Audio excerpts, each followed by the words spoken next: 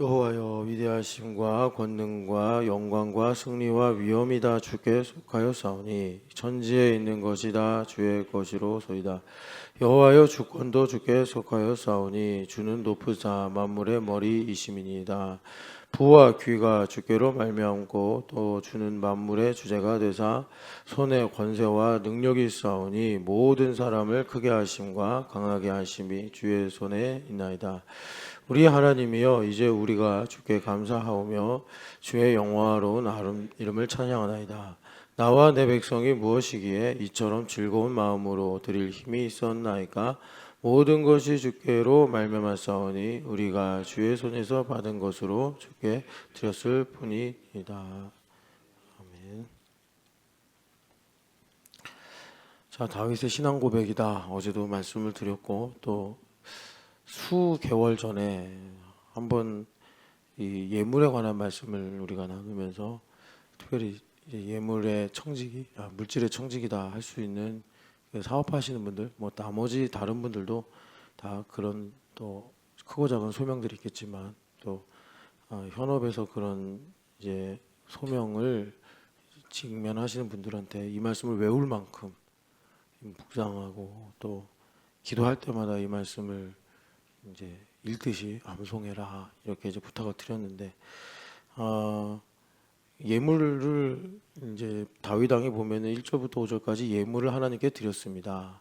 그래가지고 5절에 보면은 오늘 즐겁게 여호와의 이제 여호와께 드렸습니다. 이걸 이제 감탄하면서 그렇게 드리는 게 너무 기뻐서, 드리는 게 기쁘다는 게 뭐 저축을 하는 기쁨 그런 게 아니고 하나님의 뜻이 이루어지니까 이런 일들을 통해서 그래서 그 하나님의 영광과 또 하나님의 선하심을 바라보면서 다윗 왕이 이제 이렇게 감탄을 하는 거죠. 그런데 이런 일이 뭐 좋아한다고 되는 것도 아니고, 그래서 신앙 고백이 있다 해서 11절부터 14절 예수님께서 신앙 고백을 반석이다 하셨는데 사실 그 반석을 물리적으로 다뤄본 사람이 뭐 아브라함도 모리아산 반석에서 이삭을 바쳤고요. 그리고 다윗은 실제로 이제 자신의 문제 때문에, 사실 그게 배경으로 보면 이스라엘의 문제 때문이라고 성경에서 말씀하는데, 아라우나 타작마당을 사가지고 거기다가 이제 하나님 앞에 속죄 회개하면서 제사를 드리죠. 그렇기 때문에 이 반석이라는 부분에 대해서 다윗 왕도 상당히 뭐 표현하자면 뼈가 저리도록, 뼈가 시리도록 그렇게 경험하고 또 그것이 얼마나 중요한지를 아시는 분인데, 그 반석이 단순히 그냥 뭐 건축할 때 필요한 기초다라는 게 아니라 우리 인생이 이제 어떤 하나님의 일을 하는 데 있어서, 그러니까 하나님의 다스리심에 있어서 신앙 고백이다, 우리 하나님께서 요구하시는 신앙 고백이다라는 걸 알고, 그리고 이제 10절에 영원부터 영원까지 송축을 받으시옵소서 하면서 자신의 신앙 고백을 우리한테 소개해 주고 있다라는 겁니다. 근데 우리가 이제 이 말씀을 보는 연유가 이제 예물법 때문에 보는 것이 아니라, 사실 이제 그 예물의 정점이라고 할 수 있는 역대상의 내용으로 보면은 그 유프라테스 강가, 그러니까 아랍 나라죠. 아랍 나라가 그 당시에 여러 국가들의 그 이렇게 연맹체 같이 되어 있었는데, 하다당 소바왕을 정복한 일, 그 일로 인해서 이제 뭐 에돔이나 암몬이나 주변 국가들도 이제 하나님께 경배한 거죠. 다윗 왕에게 조공을 바쳤다 이렇게 말하지만, 이제 그런 일들이 이제 있을 때 다윗의 인생을 한마디로 어디로 가든지 여호와께서 이기게 하셨더라 이렇게 요약을 하고 있습니다.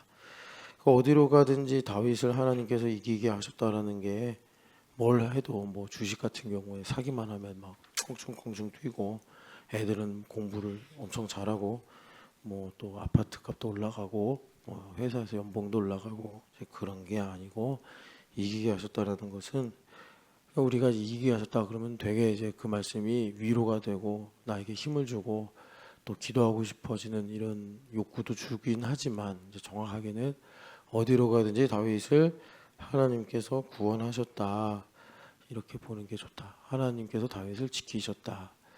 그런데 이제 중요한 거는 왜 다윗 왕이 하닷이나 소바 왕하고 이렇게 이제 관계를 갖고 싸우기도 하고, 또 소바 왕이 다윗에게 이렇게 굴복을 하든가 이제 다 그게 창세기 15장에 아브라함에게 하나님께서 하신 약속 때문에 그 약속을 이제 다윗 왕이 묵상하면서 사실로 믿고 이제 그 약속의 말씀을 가지고 행동했더니 하나님께서 이기게 하셨더라.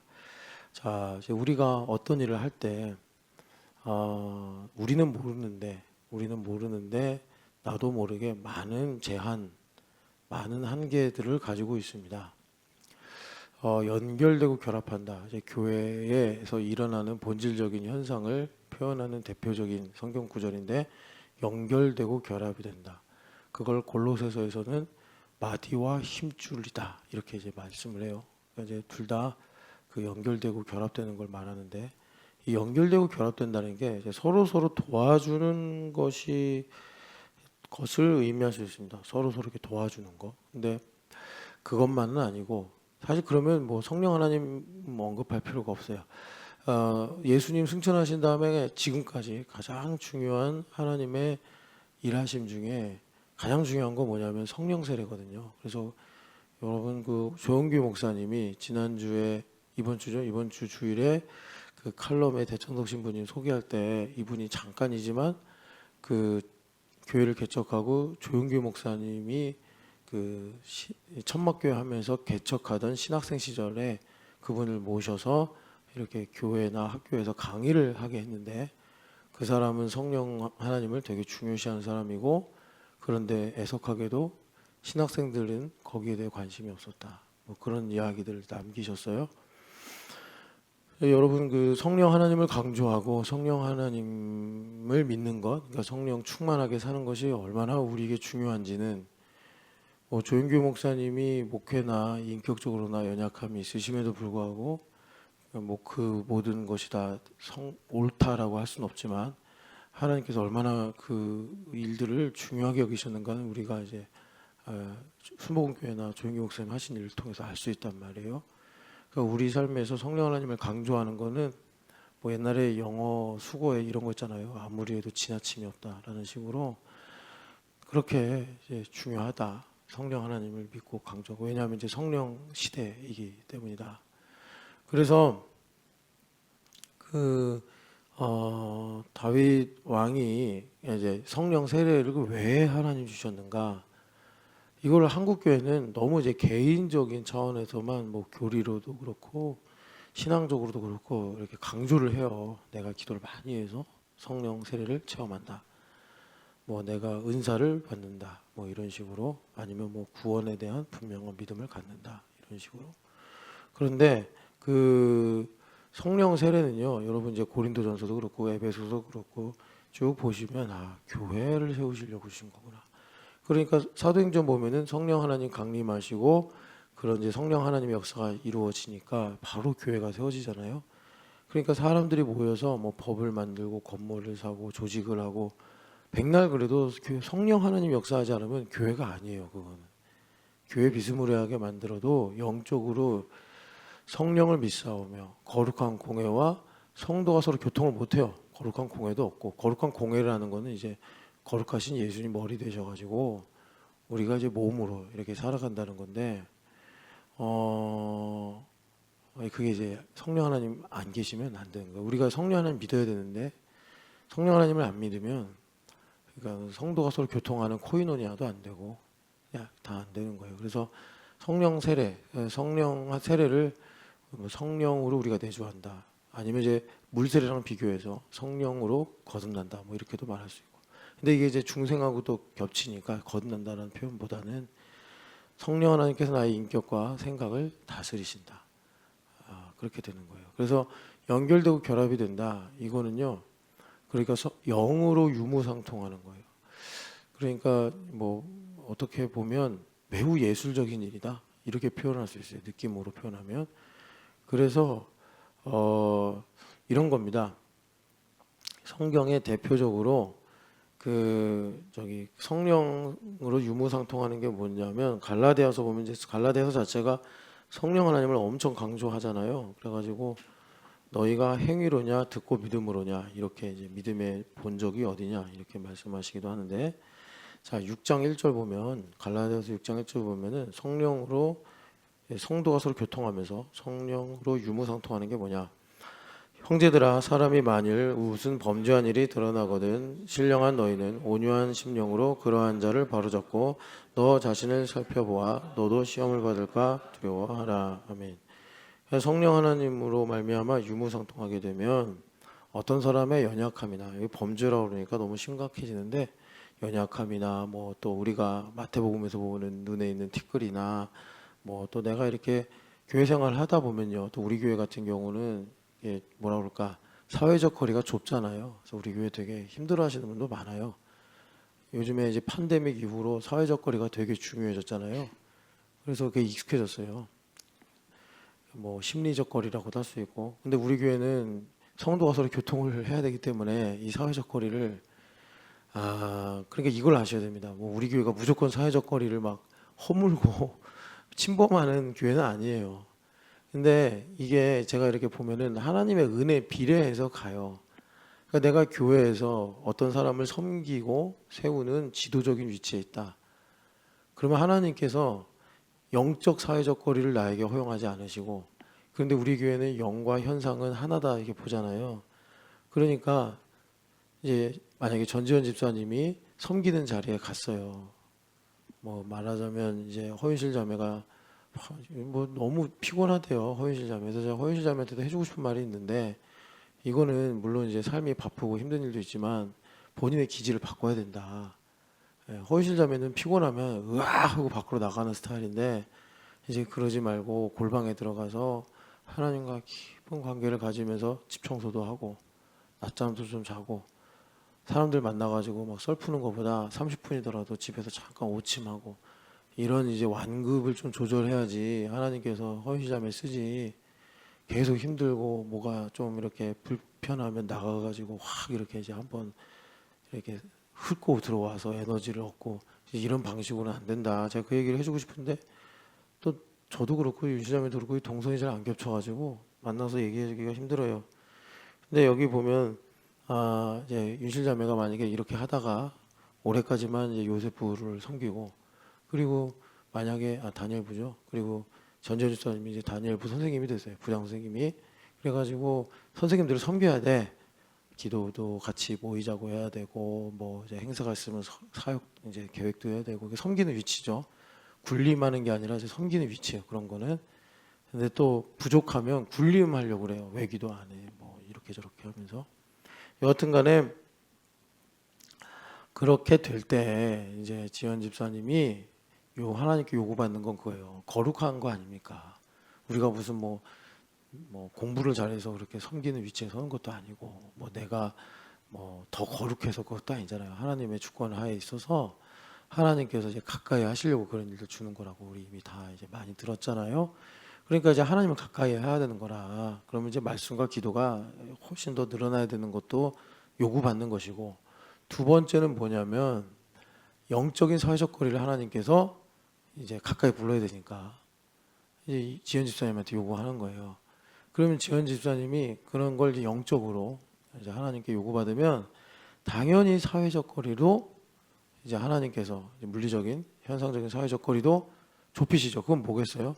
성지현 집사님하고 가까워지는 거예요. 이제 제일 먼저는 다니엘부 선생님이니까 다니엘부 교사들하고 이제 가까워지는 거예요. 가까워지면 어떻게 되죠? 철이 철을 날카롭게 하듯이 친구가 친구의 얼굴을 빛나게 하느니라. 그게 뭐예요? 서로 갈등과 불편함들을 자초하게 된다. 아니 적당한 사회적 거리를 두고 있으면 편했어요. 뭐 너도 좋고 나도 좋아. 우리 다 좋아. 막 이러면서 너무 좋아. 이렇게 사는데 사회적 거리가 좁혀지면 좋은 줄 알았는데 이 전전 이상하네. 그리고 상대방도 이제 그런, 왜냐 우리는 죄인이고 또 우리는 거룩해야 되는 이런 이제 요구가 있단 말이에요. 우리는 안 거룩하단 말이에요. 그런 것들이 드러나는 거예요. 뭐 나만 있으면 문제 없는데 같이 있으면 나의 기준이 문제가 되고, 같이 있게 되면은 이게 틀린 게 되는 상황이 생기고, 같이 있게 되면은 하나님께서 그런 이제 함께 있는 것으로 인해서 또 바꿔야 돼. 이걸 이제 주님께서 섭리로 요구하신단 말이에요. 예, 그렇게 되면서 그러니까 이런 겁니다. 여기 이제 성령 하나님으로 충만해서 성령 하나님의 음성을 듣고 사는 삶을 살게 되면 교회를 통해 성령이 이제 하시는 말씀을 들어라라고 계시록 계속 말씀하잖아요. 성령 하나님의 음성을 듣는다는 건 뭐냐면 지연아 이렇게 말씀하시는 게 아니고 그런 것도 있겠지만 일반적으로는 뭐냐면 허물을 봐요. 허물을 보면 먼저 온유한 심령으로 여기 보면 그러한 자를 바로 잡고 이렇게 말씀하는데 이걸 이제 복음적으로 바꾸면 이게 율법이니까 복음적으로 바꾸면 먼저 나의 허물을 이제 살펴보고 이게 성령님의 음성을 듣는 거예요. 그게 어떤 허물이 있으면 이제 내가 내 눈에 들보를 내가 살피고 그래서 회개하고 그러면 이제 내 안에 계신 예수님께서 충만하게 역사하셔서 그런 모든 문제를 새롭게 하신다. 여기 신령한 너희는 이렇게 말씀하지 않습니까? 온유한 심령으로 온유한 심령이 그런 거예요. 그래서 이게 이제 마디가 연결되어 결합이 되는 것입니다. 그래서 어떻게 되냐면 그래서 이제 부탁을 드리는 건 이런 거예요. 여러분들이 섬기는 위치에서 사람들을 세우고 여러 가지 하나님의 일들을 할 때 사람들이 나한테 말하기가 편해야 된다.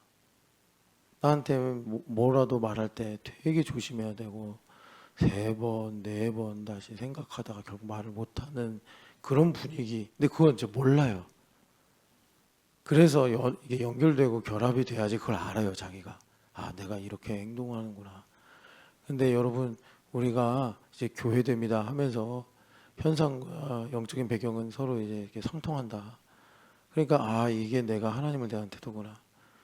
내가 하나님 일을 하실 때 마음에 안 들면 이렇게 마음에 각을 세워서 성령 하나님 나한테 아무 말도 못하게 만드는구나. 그래서 내가 변화가 안 되는구나. 10년 전이나 나나 20년 전이나 나나 안 바뀌는구나 지금. 이제 이렇게 우리가 자기를 돌아보게 된다라는 것입니다. 그게 이제 연결되고 결합이 돼서 하나님께서 우리를 자라게 하신다라는 말씀의 구체적인 내용이에요. 그래서 예수님 그러시는 게 계속 작은 자 돼야 돼. 이제 이제 박윤희 집사님 요세프 부장이야? 작은 자 돼야 돼. 그러면 이제 요세프 부장 선생님이 박윤희 집사님이 작은 자가 이제 된단 말이에요. 그러면은 정말 우리가 그를 하대해도 된다는 얘기냐? 그건 또 아니죠. 그걸 그렇게 남에게 적용하면 되고 나에게 적용을 해야죠. 요세프 부장이라며 내가 이제 당신에게 할 말 좀 하겠어. 이거는 완전히 배를 가지고 산이 아니라 어디로 가요? 달나라로 간다고 그래야 되나? 말릴 수도 없는 일이에요. 그런 건 못 말려. 그런 건 정말 못 말려요. 그러지 마시고 다윗이 어디로 가든지 이기게 하시니라. 이 말씀이 어떤 내용이냐면 여러분 왜 제가 지금 이 교회됨이라는 게 영적으로 유무상통 성령으로 말미암아 영적으로 유무상통하는 것이다라는 걸 제가 왜 강조해 드리냐면 자유케 하는 거잖아요. 우리 주님께서 우리 구원하셨다. 다윗이 어디로 가든지 자유케 하셨다. 그러니까 다윗이 이런 거예요. 밤 9시만 되면 이제 오늘 21세기로 적용합시다. 9시만 되면 자야 돼 다윗이. 그러니까 유프라테스 강까지 못 가. 왕이시여 하다왕 아니야 소바왕인가요?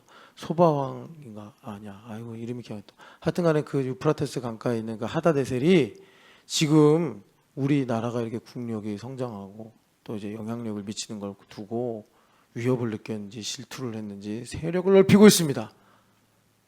그런데 다윗 왕이 난 9시 되면 자야 돼.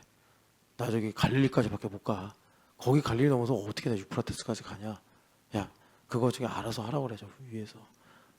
이렇게 하면은 못하죠. 이제 역대상 18장이 못 쓰여지는 거예요. 제가 9시에 자는 습관을 가지신 분들한테 제가 이렇게 말하는 게 아니에요. 9시에 주무시는 분들 충분히 주무시라고 건강을 위해서. 근데 이제 예를 들자니까 다윗 왕이 그렇게 이제 활동을 해야 되는데 나는 안 돼. 뭐가 있을까? 만약에 이제 그 북부로 올라가면 기후가 바뀌어. 다윗 왕이 난 따뜻한 남쪽이 좋아. 나 유다 출신이야. 나는 한 25도 이상 밤에도 그 정도 돼야지 나는 잠도 잘 자고 난 쾌적한데 북쪽으로 올라가면 이제 점점 추워져. 난 못 가. 난 죽어도 못해. 이런 거. 근데 사실 이제 제가 조심스러워서 이런 식으로 예를 들지 이런 거예요. 지현 집사님이 섬기는데 하나님께서 너 이 일 하려면 이제 너 아이인 거 내가 알아. 너 앉아서 소파에 앉아가지고 뜨개질만 하는 거 내가 아는데 너 이제 뜨개질 하지 말고 이제 너 성경 바꿔야 돼. 너 주님께서 그걸 요구하신다고. 여러분 거룩해지는 게 깨끗해지는 것도 있는데요. 본질적으로 하나님의 뜻대로 내가 쓰임 받는 거잖아요. 쓰임 받는 거예요.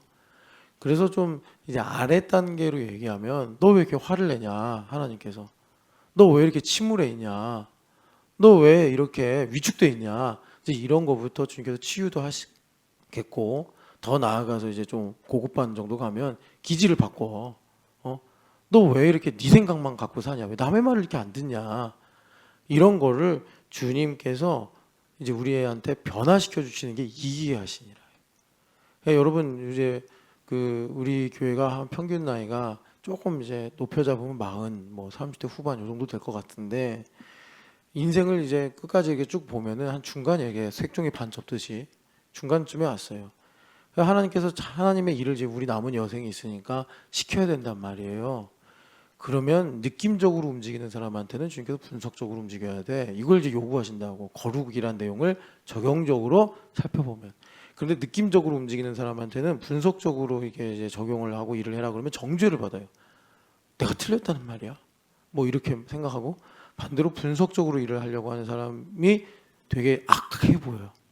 어떻게 저렇게 악할 수가 있어, 이렇게. 되게 그 상대적인 게 되게 신기해요. 사람들이 자기중심적으로 생각을 하다 보니까. 이제 그런 나의 옳음, 나의 익숙함, 나의 어떤 뭐 나다움, 뭐 이런 것들이 이제 하나님의 일을 할 때, 하나님은 여러분 나보다 크신 분이잖아요. 지금 여기 11절부터 14절에 가장 중요한 진리가 배경에 깔려 있는 것이 하나님은 크십니다. 근데 하나님 크시다고 하면 실감 하나도 안 되고, 여기에 하나가 들어가야 돼요. 뭐가 들어가야 되냐? 나보다 크시다. 김찬양 집사님한테는 적어도 하나님은 김찬양보다 크시다, 여기서 시작이 돼야 돼. 그래야지 우리 하나님께서 이제 그 회사보다 크신 하나님이 되는 거고, 상사보다 크신 하나님이 되는 거고, 특별히 여기 보면 이제 물질보다 크신 하나님이 되는 거고, 열방보다 크신 하나님이 되는 거고, 역사의 모든 것보다 크신 하나님이 되는 거예요. 나보다 크신 하나님이 안 되면 나머지 다 뭐 백날 말해봐야 그냥 책에서 읽는 지식거리에 불과하더라라는 겁니다. 그래서 다윗 왕은 어디로 가든지 얘기하셨다라는 거는, 다윗도 여러분 이제 시편에 보면 자기를 여러 모양으로 성찬하잖아요. 하나님 앞에 회개도 하고 부르짖기도 하고, 자신의 한계. 뭐 여러분 솔직히 말해서 다윗이 양돌 잘 돌봐주는 거 말고 무슨 기술이 있었어요? 물맷돌 기술이 있었죠. 근데 물맷돌 때문에 왕이 된 건 아니잖아요, 그죠? 물맷돌 때문에 왕이 된 게 아니에요. 그 폴트립이라는 분이 이런 말을 했어요. 사람들은 고난을 당할 때 고통이 나를 괴롭게 한다고 생각한다. 근데 제가 이 한 줄 때문에 이제 대천덕 신부님 책 마감하고 그분의 책을 좀 소개하려고 그러는데, 그분이 이런 말을 했어요. 사실은 고통이 당신을 괴롭게 하는 게 아니라 당신의 가치관이 당신을 괴롭게 하는 거라고. 그거를 하나님께서 고난이 드러내는 거다, 드러내신다. 와, 진짜 너무 빛과 같은 말씀이에요. 우리는 보통 그러잖아요. 내 아픔이 날 괴롭게 한다, 뭐 아픔을 주는 환경이나 사건이나 사람이 날 괴롭게 한다, 그렇게 말하잖아요. 근데 복음적으로 보면은, 하나님 중심으로 보면은, 그게 고통이 나를 괴롭게 하는 게, 나를 힘들게 하는 게 아니라 내가 가지고 있는, 이제 성경으로 말하면 율법적이고 기복적인 세계관이 나를 괴롭히는 거예요. 그것을 직면하는 것이 나를 이기게 하시니라요. 그래서 하나님께서 우리에게 동의를 받으시고 어떤 복을 주시느냐? 인내의 복을 주십니다. 인내의 복. 지난주에 우리 아이들하고 국립중앙도서관이 아니라 박물관을 갔는데, 거기에서 역에서 박물관 가려고 그러면 좀 거리가 있으니까, 그걸 뭐라 그런지 모르는데 에스컬레이터 같은 게 쭉 있어요. 그래서 서 있으면은 그냥 이동하는 거예요. 인내가 그런 거예요. 인내에 들어가면 가만히 서 있어도 하나님께서 아까 전에 말씀드린 그런 문제를 다루십니다. 다루세요. 그래서 우리가 인내를 하잖아요. 그러면 와, 되게 힘들다. 그러면 이제 어떤 문제 때문에 힘든 줄 아는데 아니에요. 하나님께서 이제 영적인 온도와 압력을 쫙 높이세요. 마치 뭐 제가 이거 자세한 건 모르지만 멸균 하듯이 주님께서 압력과 온도를 쫙 높이면 정말 그 핀포인트로도 말할 수 없고 다룰 수 없는 그런 나의 미묘한 자기중심성. 제가 이렇게 이제 임상적으로 목회하면서 경험을 해보니까 자기중심성이 이래요. 야, 경섭아, 이제 경섭이가 만약에 이제 그런 단계로 이제 들어와서 신앙생활을 하면 경서봐, 너 왜 그랬냐? 그러면 아닌데요, 난 그런 건데요. 그러면 이제 너 왜 그러냐? 아닌데요, 난 이런 건데요. 이런 식으로 이제 삭삭삭 양자의 퀀텀처럼 샥샥샥 자리를 바꿔가요. 아, 참 자기중심성이라는 게 신기하다. 신기하다. 경서봐, 너 왜 거기 있냐? 아닌데요, 전 여기 있는데요. 너 왜 여기라고 하냐? 아닌데요, 저 이건데요. 이야, 진짜 무슨 호날두의 드리블을 보는 것 같아. 도저히 그 공을 뺏을 수가 없어. 결국 그래서 주님께서 다리를 부러뜨려서 가만히 이제 앉아 있게 해야지. 그제서야 이제 공을 왜 그런 식으로 다루냐 하면서 이제 부러뜨린다는 건 너무 심하고 묶어두고 주님께서 하도 이제 발재간이 심하니까 그래서 다윗의 기질도 변화시켜 주시고 다윗의 능력의 한계도 넘어가게 하시고 다윗이 가지고 있는 아픔이나 두려움도 고쳐주시고 그게 다윗을 어디로 가든지 이기게 하시니라라는 겁니다. 그래서 다윗 왕이요 사실 그 그냥 백향목궁에 거하는 걸로 만족할 수 있는데 하나님의 열심이 다윗에게 임해버리니까 다윗 왕이 백향목궁에 안전하게 거할 수가 없어요. 그냥 막 유프라데스 강까지 가야 되고 뭐 문제 있으면 가서 하나님께 충성해야 되고 그래서 그의 삶에 하나님께서 뜻이 이루어지게 하시더라. 자, 그 11절부터 14절 가기 전에 하나만 좀 여러분들한테 말씀을 드리면 이제 교회됨이 뭐냐 이걸 좀 강조해 드리려고 하는 거예요. 이게 다 교회됨 속에서 이루어지는 거거든요. 마가복음에 보면은 마가복음 14장에 이 사건이 있습니다. 마가복음 14장 보면은 한 여인이 요한복음에는 나사로의 동생 마리아다라고 이제 실명을 말씀하시는데 3절에 한번 같이 읽어보겠습니다. 예수께서 베다니 나병 환자 시몬의 집에서 식사하실 때에 한 여자가 매우 값진 향유 곧 순전한 나드 한 옥합을 가지고 와서 그 옥합을 깨뜨려 예수의 머리에 부으니라고 말씀하세요.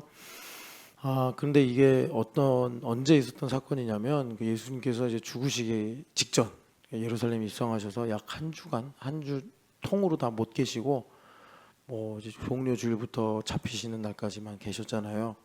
그 중에 있었던 사건이에요. 그래서 그 앞에 2절 보면은 야 우리 예수를 잡아서 죽이자라고 제사장들과 서기관들이 음모를 이제 세웁니다. 음모를 만들죠. 근데 거기 이제 구체적인 게 뭐냐면 밀란이 일어날 수 있다.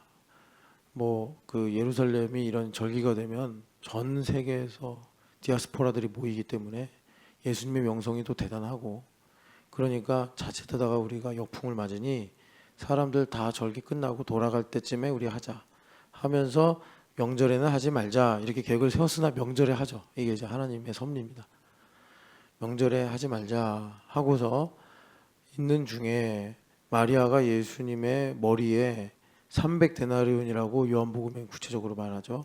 그래서 향유를 부어 드립니다.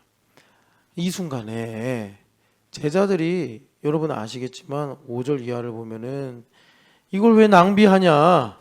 가난한 사람들에게 나눠주면 지금 굶어 죽는 사람, 집 없는 사람, 뭐 또 더 다른 것이 필요한 사람들에게 나눠줘서 300데나리온이면 요즘에 하루 일당을 10만 원으로만 잡아도 3천만 원인데 그거면요 뭐 당장 우리 교회 많은 사람들도 도와줄 수 있는데 이걸 왜 낭비하냐 하고 꾸중도 하고 여자도 책망하고 정신 차려라 막 이렇게 하는 거예요. 그런데 예수님은 반대말을 하시죠. 나한테 좋은 일을 한 거다. 그러면서 가난한 사람들은 항상 너희와 함께 있으나 나는 항상 함께 있지 않다. 이제 이건 뭐냐면 예수님 승천하실 일을 말씀하시기도 하면서 동시에 지금 우리한테 교회가 되어 살아가는 우리에게 그러니까 카이로스를 두고 주님께서 하시는 말씀이에요. 그러면서 9절을 같이 읽어보겠습니다. 내가 진실로 너에게 이르노니 온 천하에 어디서든지 복음이 전파되는 곳에는 이 여자가 행한 일도 말하여 그를 기억하리라 하시니라. 아멘. 그래서 여기 보면은 예수님께서 특별한 말씀하시는데 너희들 복음 전할 때 이 여자 이야기 항상 뭐 이제 여러 모양으로 같이 전해야 된다. 천국 복음을 이제 제자들이 가서 땅 끝까지 전해야 되는데 그럴 때 너희는 항상 이 여자의 이야기를 전해라. 그러니까 이 여자의 이런 행동이 매우 복음적이고 사람들이 이제 복음을 들을 때 본질이 뭔지를 알게 될 거다. 이렇게 이제 말씀하시는 거예요. 그러면 이 여자의 행위가 뭐냐 봤더니 예수님께서 그걸 낭비라고 계속 말하는 사람들에게, 제자들에게, 이 여자는 힘을 다하여 나의 장례를 준비한 거다. 이렇게 말씀해요. 그러니까는 그 모략 이런 걸 가지고 그 장례를 치른단 말이에요. 근데 모략하고는 비교할 수 없는 향유를 가지고 예수님께 부어드린 거예요. 이 여인이. 그러니까 여러분 잘 보세요. 예수님의 장례가 몇 번 있습니까? 뭐 영원전부터 영원후까지 한 번밖에 없지 않습니까? 이 여인은 그러니까 그런 천재 이루의 기회를 경험한 거예요. 예, 소유하게 된 거예요. 근데 이 마리아 이분이 오빠가 죽기 전에 그런 것인지 죽은 다음에 이제 살아나서 이런 것인지는 모르겠는데, 여기 이제 집안 이야기가 좀 있잖아요. 마르다 마리아 이러면서 마리아가 얼마나 예수님 존경하고 사랑했는지.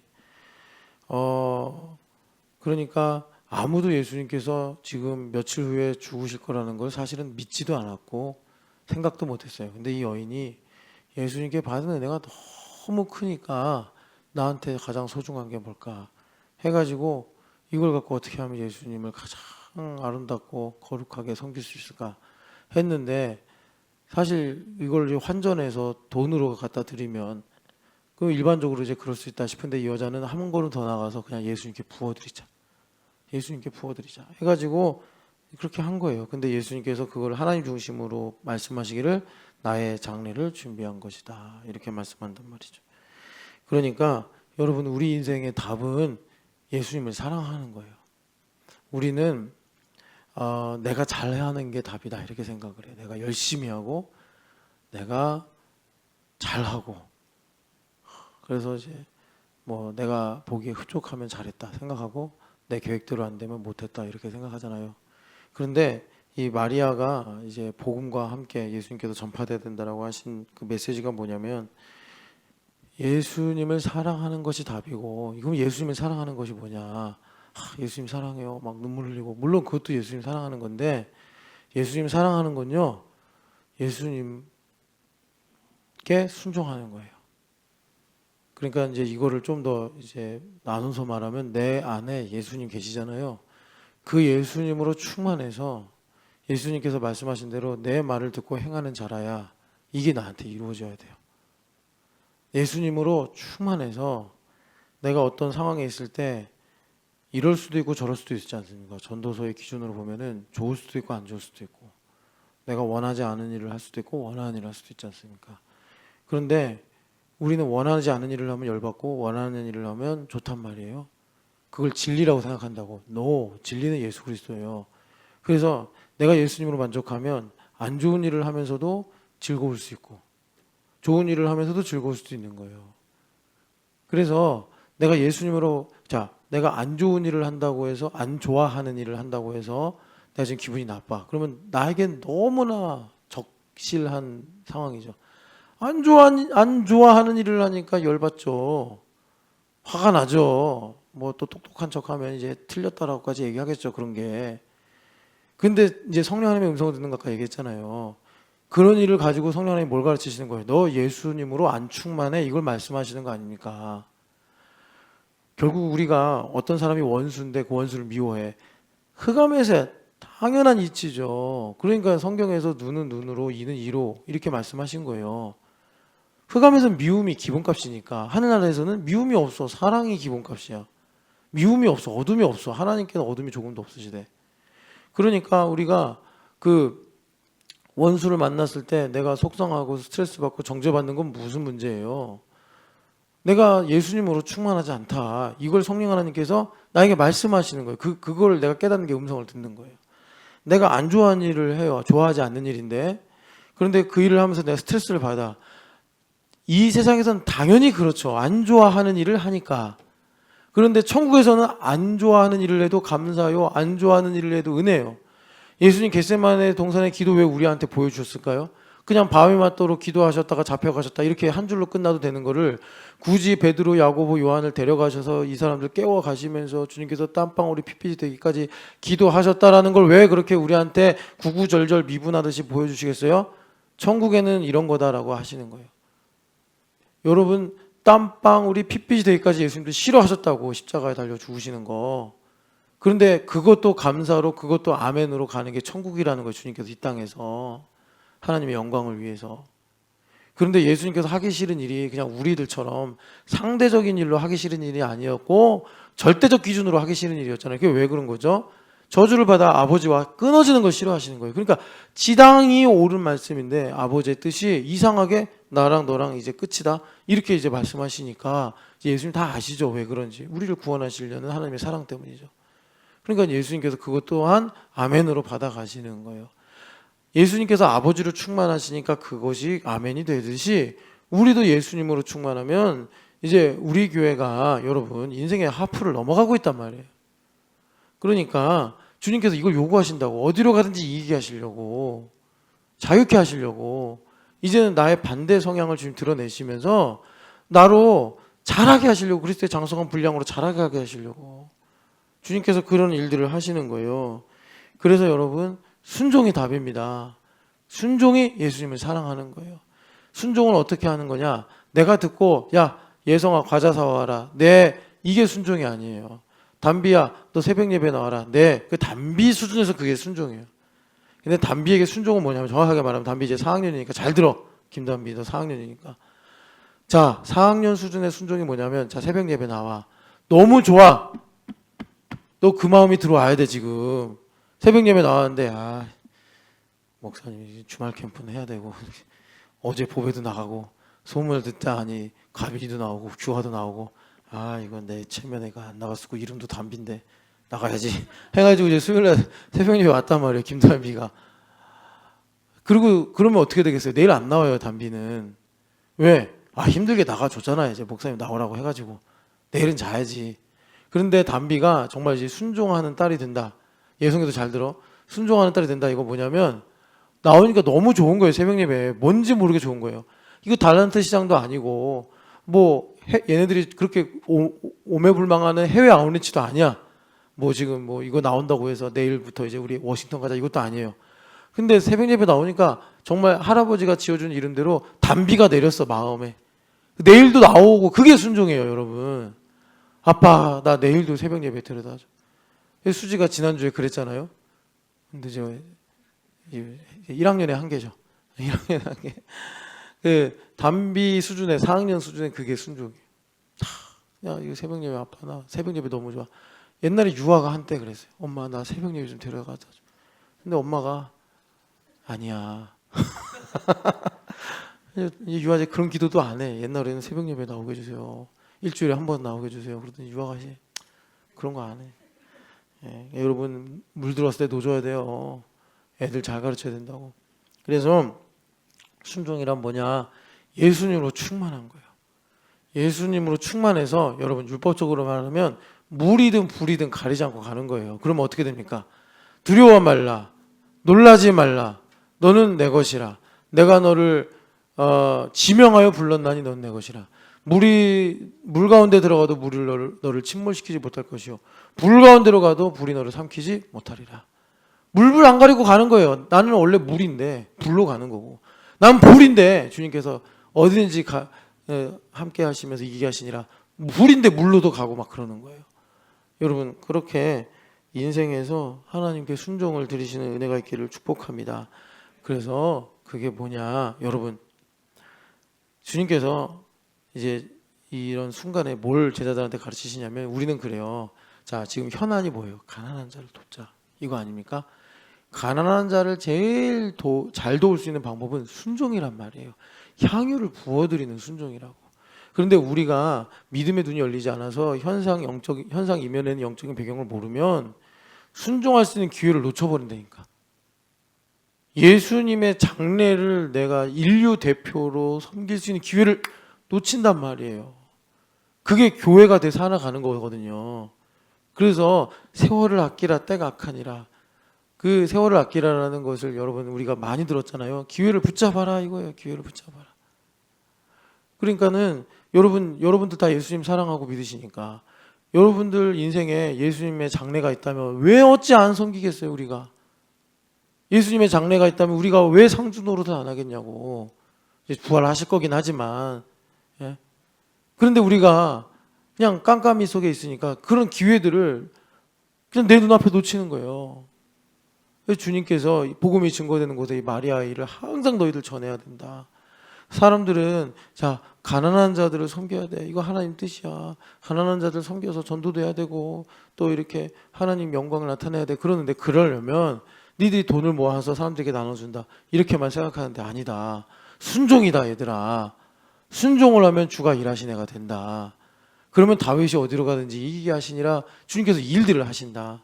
너희들은 꼭 너희들이 가지고 있는 범위 안에서만 이걸 갖고 어떻게 하나 저 어떻게 하나 이렇게만 생각을 하는데 하나님은 크신 하나님이다. 하나님은 너보다 크시다. 그러니까 너희들이 이제 교회됨이라는 건 나의 인생이 이러한 기회들로 정말 이제 매일을 살아가게 된다는 거예요. 그러니까 참 이렇게 우리가 새벽에 나와서 기도하고 하는 거 아니겠어요? 그래서 여러분 이 과정을 지나가야지 아까 우리가 역대상 29장에서 읽은 대로 하나님 크시다는 게 나에게 실감이 되고 고백이 되는 거예요. 여기 보면은 여호와의 위대하심. 하나님 위대하시단 말이에요. 뭐 그레이트 하시든지 어썸 하시든지 위대하신 거예요. 얼마나 위대한 거 까먹고 이상한 말 하고 사냐고 우리가. 하나님 위대하시잖아. 근데 알면 뭐해? 읽을 수 있으면 뭐해? 이걸 제가 믿음으로 이제 일종의 성육화가 안 되는데 하나님 위대하심이 지금 내 눈앞에 있는 문제 그러니까 내 눈앞에는 안산 인왕산인데 지은 시에도 있잖아요. 시조에도 있지 않습니까? 아무리 높다 한들 하늘 아래 매인데 오르지 아니하고 매만 높다 하더라 그러잖아요. 하나님 위대하신데 하늘의 하늘이라도 어찌 하나님의 보좌가 될 수 있겠습니까? 다윗 왕이 그렇게 하나님 앞에 기도했는데 우리는 하늘에 미치지도 못하는 나의 현실의 문제를 두고 죽니 사니 뭐 되니 안 되니 힘드니 못하니 이렇게 하고 있으니 하나님 위대하시면 왜 실종시키냐고. 왜 그런 거예요? 이게 내 문제라니까. 그래서 칼빈이 한 위대한 말이 그 기독교 강요 1권 그러니까 이제 1장의 시작이 되면 바로 나와요. 여러분 읽어보시면. 그러니까 여러분들은 그 이제 3권으로 된 전체를 못 읽으시니까 시간이 없으시니까 그 초판이라고 해서 기독교 강요 단권짜리가 하나 있어요. 조그만 거. 그거 읽으시면 되는데 거기 보면 깔뱅이 그런 말을 합니다. 하나님 나를 아는 것이 하나님을 아는 것이다. 그러니까 나의 한계를 알고 나의 성향을 알고 그래서 그런 일로 아까 이제 갈라디아서 또 빌립보서에도 그런 말씀 나오는데 영으로 유무상통하면서 아 나의 동기가 이런 거구나 내가 추구하는 게 이런 거구나 이런 걸 알아가면서 내가 그리스도와 연합을 이루어 갈 때 회개하고 주님과 하나가 될 때 그럴 때 비로소 하나님 진짜 위대하시네 이게 내 심장이 되고 내 안에 부인할 수 없는 여러분들 안에 다 있잖아요 보이지 않지만 그런 나의 영적 장기들이 돼서 하나님 위대하시구나 하나님 권능이 있으시구나. 하나님 영광스러운 분이구나. 하나님 영광 위에 살아야 되는구나. 하나님 승리하시는 분이구나. 승리는 하나님께 있구나. 우리의 믿음은 이것이니 예수님 하나님의 아들이신 믿는 믿음이 승리다. 세상을 이기는 승리다. 이게 성경 전체의 결론이란 말이에요. 주님은 오늘도 우리한테 승리를 말씀하신다고. 그 승리는 뭐래요? 예수님이 승리인 거예요. 예수님을 하나님의 아들로 높이는 게 승리예요.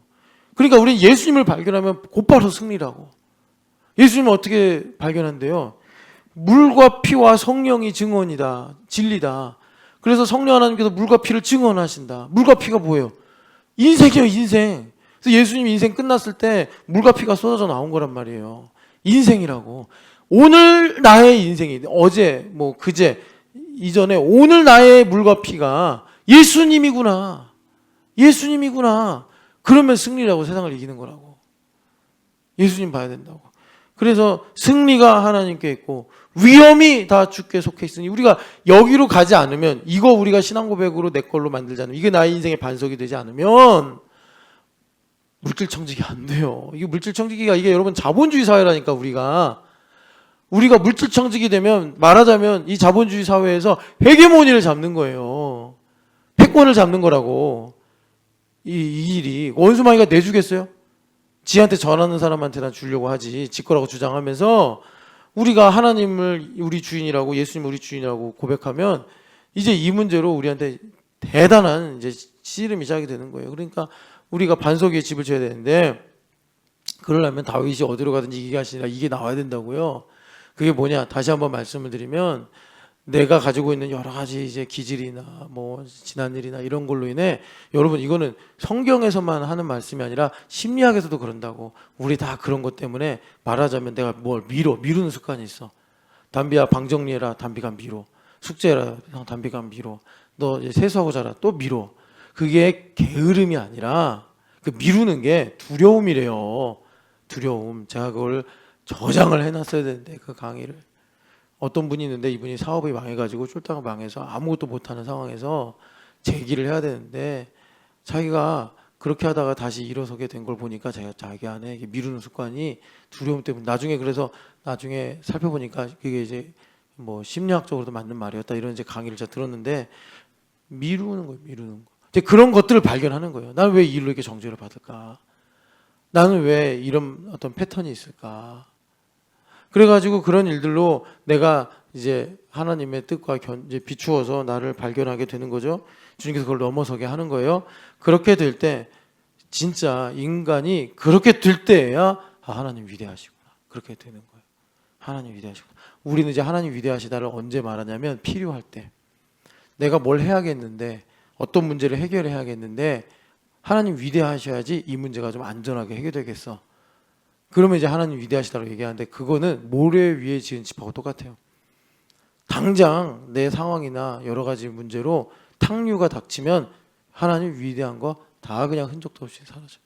그리고 그냥 막 걱정, 근심, 뭐 여러 가지 자기 성질 이런 것들이 마저 뿜어져 나오는 거예요. 그런데 내가 나를 발견하게 돼서 이걸 통하여 하나님께서 어떻게 뜻을 이루시려고 하는가를 발견하게 되면, 그래서 그걸 이제 교회를 통해서 주님께서 연결되고 결합하여 이제 우리를 잘하게 하신다, 이렇게 말씀하는 거잖아요. 잘한다는 게 뭐겠어요? 하나님 이렇게 위대하시구나. 하나님 이렇게 권능이 있으시구나. 하나님의 영광이 이렇게 크구나. 영광의 풍성함을 지혜와 계시의 영이신 성령 하나님께서 우리의 마음의 눈을 밝히사 보게 하시는 게 우리로 살아가게 하는 거예요. 여러분, 이렇게 되는 거예요. 지금 여러분들이 인내 과정을 지나가면서 너무 힘들어. 여기까지 내가 이렇게 밀릴 수 있을까? 내가 여기까지 올 수 있을까 하면서 정말 힘들어. 이제 뭐 내가 어떻게 찾을 방법이 없어. 방도가 없어. 자, 그러면 당연히 걱정하겠죠. 당연히 슬프겠죠. 당연히 위축되겠죠. 그게 천국이 없는, 예수님이 없는 인생의 진리예요. 말하자면 그게. 근데 예수님 계시고 영생이 있고 천국을 믿는 사람은요, 그걸 보고 어떻게 해요? 내가 하나님의 영광을 못 보는구나. 성령 하나님께서 기회와 계시의 영을 주셔서 내가 교회가 되었을 때 신령한 영을, 복을 주셔가지고 있지 않습니까? 부르심의 소망이 무엇이며 영광의 풍성함이 어떠하며 하나님의 능력의 지기 크심이 얼마나 위대한지를 우리에게 알게 하신다. 지혜와 계시의 영이신 성령 하나님께서. 영광의 풍성함을 보면 지금 내가 직면하는 이런 현실의 문제가 나를 함몰시키거나 나를 끌고 가지 못한단 말이에요. 거기서 새로운 아이디어가 떠오르고 하나님의 감동이 있단 말이에요, 그 순간에. 그런데 내가 그냥 막 창문 닫아버리고 문도 걸어 잠가버리고 이러고서 나 이제 끝났구나, 죽었구나, 이제 아무것도 못하는구나. 그러니까 이제 우리가 마귀의 관계에 속아 넘어가는 거라. 여러분, 성령 하나님의 음성을 들으셔야 됩니다. 성령 하나님의 음성을 들으면 그런 순간에 내가 낙심이 된다면, 내가 이렇게 하나님 영광 위에 산다고 하면서 영광을 모르고 사는구나. 주여 내 마음의 눈을 밝히사 지혜와 계시 영으로 주의 크신 영광을 보게 하여 주시옵소서. 주의 기업의 영광이 얼마나 풍성한지를 알게 하여 주시옵소서. 이것이 다윗이 어디로 가든지 이기게 하시니라, 이런 것입니다. 그렇게 되면은 이제 어떻게 되느냐? 11절에 신앙 고백 보면은 천지에 있는 것이 다 주님의 것입니다. 이거 글로만 백날 읽어봐요, 소용없어. 믿어져야 된다니까. 정말 사람들이 다 자기 거라고 이렇게 다 소유하고 주장하고 살지만, 그걸 또 우리가 하나님의 것이니까 다 내 거야, 뭐 이렇게 율법적으로 말할 수는 없고, 우리 믿음의 고백 아닙니까? 천지에 있는 것이 다 주님의 것이구나. 그렇게 되면 여러분, 개인적으로는 어떤 일이 생기냐면, 지나간 일, 다가올 일, 모든 것이 하나님께 감사가 돼요. 천지의 것이 다 주님의 것이 아니라 내가 설정한 것만 주님의 것이고 내가 허락하지 않은 건 내 겁니다 라고 생각하니까 내가 용서가 안 되고 내가 감사가 안 되고 내가 그 일만 생각하면 슬프고 두렵고 정죄받고 이런 일들이 나에게 일어나는 거예요. 천지에 있는 것이 다 주님의 것입니다. 그러면 주의 손과 주께서 베풀어 두신 달과 별 내가 보니 하면서 다 아름답대. 천지에 있는 것이 다 주님께 속하면 정말 내가 아우슈비츠 수용소에서 지내던 그 순간도 아름다워. 여러분 우리가 읽은 주님은 나의 피난처 보면 거기에도 그 정말 참혹한 순간 뭐가 아름다워요. 여러분 그게 뭐가 아름다워. 근데 그 순간에 이런 거 있잖아요. 언니가 가져온 기름통이 있는데 사람들의 상처와 사람들의 어떤 피부 질환에 그 기름을 바르면 다 나았대잖아요. 근데 기름통이 진짜 화장품 샘플통처럼 작은 건데 아우슈비츠 수용소 기간이 끝날 때까지 그 기름통에 기름이 떨어지지 않았대잖아. 그런 게 아름다움인 거예요. 그런 게 아름다움. 하나님 나와 그 순간도 함께 하셨구나. 거기서 나와 함께 하셨구나. 그러니까 천지에 다 주님의 것입니다. 근데 이거 아우슈비츠 수용소 제가 이렇게 고리텐붐 여사의 책 때문에 비유를 들지만 참 두려운 일이에요. 여러분 인간으로서 어떻게 그걸 아름답다고 할 수 있습니까? 그런데 우리 하나님은 여러분 십자가에 달리신 예수님의 그 패션 오브 크라이스트의 그 모양도 주님은 아름답다. 왜? 내 것이니까. 그러니까 하나님의 가슴이 얼마나 피로 번졌는지 우리가 봐야 된다고. 그걸 알고서 우리가 생각하면 정죄를 안 받아요. 그걸 놓치니까 우리가 오고 가는 일로 정죄받는 거예요. 예수님 십자가 달리셨는데 여러분 패션 오브 크라이스트 보셨죠? 눈도 못 보잖아요. 내가 사랑한 예수님 멜 깁슨이 자기 신앙 고백한다고 만들었는데 헐리우드 영화 중에 가장 재난 영화 1위가 그거잖아요. 못 본다고 너무 끔찍해서. 근데 그거보다 더 잔혹했을 거라고 예수님 이제 죽으시는 그 장면은. 근데 하나님께서 그걸 보고 아름답다 예수여 나의 사랑하는 아들. 와 어떻게 우리가 그걸 안다고 감히 말할 수 있냐고요. 그걸 어떻게 아름답다고 할 수 있을까? 그런데 그런 하나님이에요. 그러니까 그 하나님은 아름답다고 하시면서 얼마나 가슴이 하나님은 영이시니까 심장은 없으시지만 심장이 막 터져가지고 여기서 막 번져 나가지 않겠는가 막 모공을 통해서 핏방울이 피가 다 나오지 않았겠냐고 하나님께서. 근데 우리를 사랑하셔서 그런 거야. 그러면 정죄를 안 받아. 우리가 그걸 알면 어떻게 정죄를 받냐고. 인간이 동물이 아닌 이상 정죄를 안 받는다고. 그걸 우리가 생각하면 정죄를 할 수도 없고 남을. 그래서 우리가 이제 그렇게 천지에 있는 것이 다 주님의 것입니다. 그래서 주권도 주님께 속하였사오니 주는 높으사 만물의 머리이십니다. 여기까지 와야지 그 다음에 이제 부와 귀 얘기가 나오는 거예요. 여기까지 와야지. 그래서 여러분 오늘 신앙 고백 중에 11절만 했는데 이 11절의 내용이 뭐냐. 내가 교회가 되어서 나의 인생에서 그리스도를 발견하는 겁니다. 그러면 하나님을 아는 지식을 얻게 돼요. 왜? 예수님을 알기 때문에. 여러분 예수님을 안다는 게 뭐냐. 빌립보서에서 참 많이 강조하잖아요. 예수님을 아는 게 뭐냐면 고난 속에서 하나님 나라의 비밀을 발견하는 거예요. 고난 속에서 하나님의 비밀을 발견해. 목사님 고난이 없이 하나님 나라의 비밀을 발견하는 좋은 방법은 없습니까? 없습니다. 왜? 여긴 흑암이기 때문에. 그래서 사실 이것 때문에 원수마귀가 미치고 팔쩍 뛰려고 그래요. 원수마귀가. 여러분 고난 말고 내가 하나님의 비밀을 발견하는 좋은 방법을 찾으려면 이사야 53장 뜯어내셔야 되고요. 복음서의 3분의 1 예수님의 고난과 십자가와 죽으심을 뜯어내야 돼. 그러면 그 종교에는 고난 없이도 하나님 나라의 비밀을 깨달을 수 있는 방법이 있을지도 몰라요. 근데 그 이단이 되죠 벌써. 그러니까 여러분 그리스도를 아는 지식을 여러분들 교회됨을 통해서 매일마다 얻으셔서 우리 성령 하나님 우리에게 오셔서 뭐 하시려고 그러죠? 고린도전서 2장 10절 말씀처럼 인생을 통달하게 하시길 원하신다. 인생을 통달한다는 게 뭐냐? 하나님의 깊은 뜻을 발견하게 되는 거예요. 하나님의 깊은 뜻을 발견하는 데는 무슨 일이 있어요? 여호와의 위대하심, 하나님 위대하시다. 하나님의 권능과 영광과 승리와 이 모든 것이 위엄이다 하나님께 속하여서 천지의 모든 것이 다 주님의 것이구나. 내 인생에 행하신 주님의 일은 다 선하시구나. 선하시구나. 근데 이 일이요, 여러분 아까 아우슈비츠 우리 중에 그런 데 갔다 온 사람도 없지만 이제 개인적인 아우슈비츠가 다 있어요. 개인적으로는 다 있어요. 아우슈비츠가. 그걸 내가 어떻게 아름답다고 할 수 있나? 여기 딱 걸려가지고 안 넘어간다고. 그거 딱 하나 있어요. 넘어갈 수 있는 방법. 내가 죽으면 돼. 내가 죽으면 그냥 뭐 아무것도 문제가 안 돼. 안 죽어서 그래, 안 죽어서.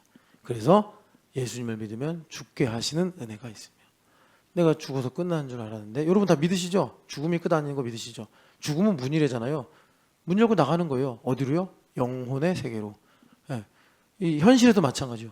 내가 죽으면 끝나는 줄 알아. 그래서 우리는 한평생 종로로 타는데 죽어. 이제 예수님 믿으니까 죽어. 근데 거기서 새로운 시작이 나에게 열리는 것입니다. 여러분 이 복음의 진리를 받아들이시고, 그래서 바라기는 다윗이 어디로 가든지 이기게 하시니라, 이 말씀이 우리의 삶에 이루어져서 여러분 우리 인생을 통해 하나님께서 이 성전의 큰 영광을 받으시기를 축복합니다. 사랑하는 하나님 아버지, 하나님께서 어떤 분인지를 우리가 알기 원합니다. 우리 삶의 모든 문제가 하나님과의 관계로부터 시작이 됩니다.